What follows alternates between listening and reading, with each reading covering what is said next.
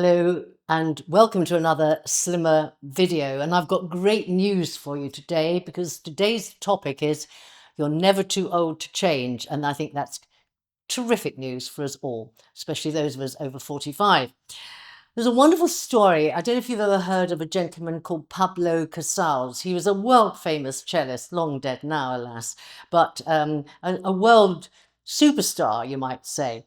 Well, the story about him is that he continued to practice every day, way into old age. And why, when he was asked one day, well, Signor Casals, why do you bother to keep practicing every day? He says, because I think I'm beginning to make progress. He was actually 90 at the time. So there's hope for us all. Now, if you're currently on a weight loss program, and many of you watching this will be, you will know that you've made a big change. And it would have taken a lot of thought, I'm quite sure, before you came to this decision to go on this program and to completely, which has the capacity and the potential to really change your life. So you know that it is possible to change and that you can think about change and you can put it into effect. And I hope that you can take great comfort from that, because if you sometimes on this progress, while you're making progress, you perhaps halt for a bit or make a few mistakes. Maybe it's a friend's birthday, say, or the weather changes, or you go on holiday and your eating plan goes slightly out of the window. You might get worried about that and even go, I'm just too old to change. Please don't say that, because you've already made a lot of progress and you may have slipped a little bit and had a little blip. But the fact is that you are capable of change. You've proved it before. Use your experience of how you began this with your enthusiasm and get back into it, because you can.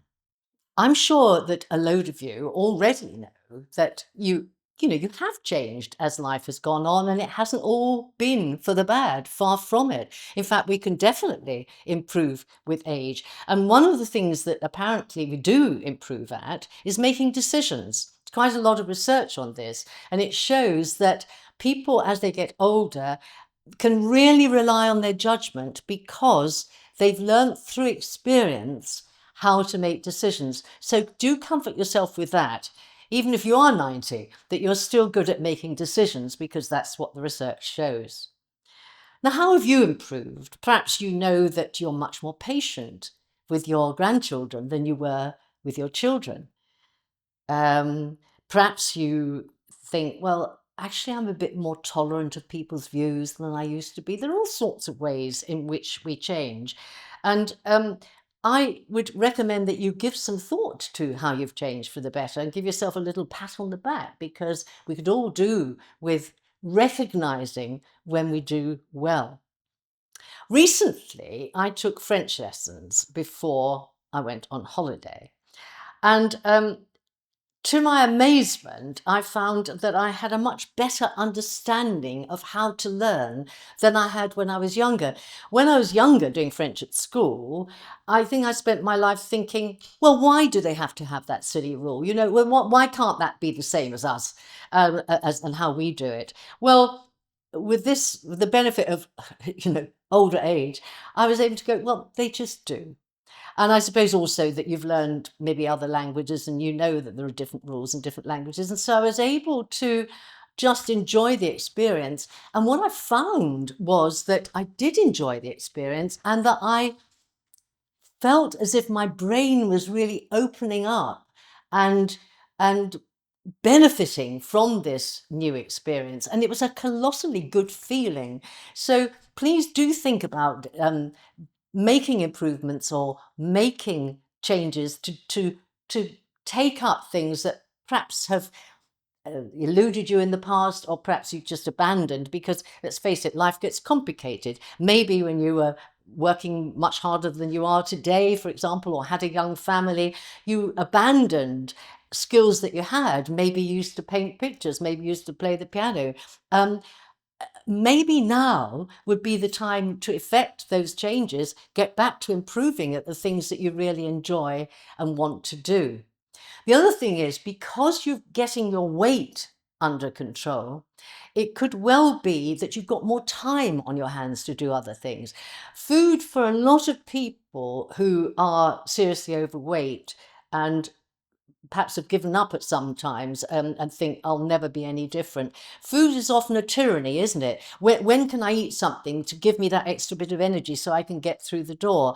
When that food is no longer a tyranny because you're learning something different, your body is responding in a different way, and you're not having to eat bad stuff in the hope that it will give you energy, you've got time to make other changes in your life.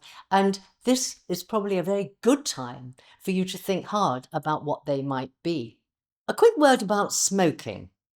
Now, many people who are overweight smoke in the hope that it damps down their appetite and de-stresses them. I don't think there's very much evidence to suggest that either is the case. But please think, now that you're doing such a healthy thing in losing weight, please think about this healthier you and ask yourself, quite a brutal question. Do you want to be that person who has made great changes and maybe reversed type 2 diabetes, or certainly become much healthier because you've lost weight? Do you want to be a person who then sabotages it by getting an illness related to smoking because you're still smoking?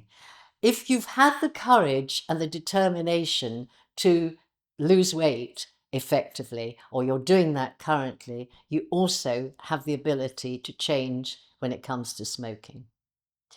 You see, it used to be thought that once we got to about 25, the brain was kind of set in concrete and we couldn't really change for the better. It was all downhill from there on.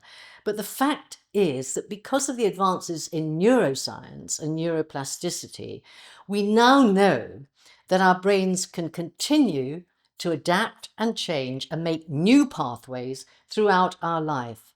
So whatever age you are, it's not too late to break bad habits, and it's not too late to gain new ones or to realize your potential. In other words, you can become the person you always wanted to be. It's never too old to change.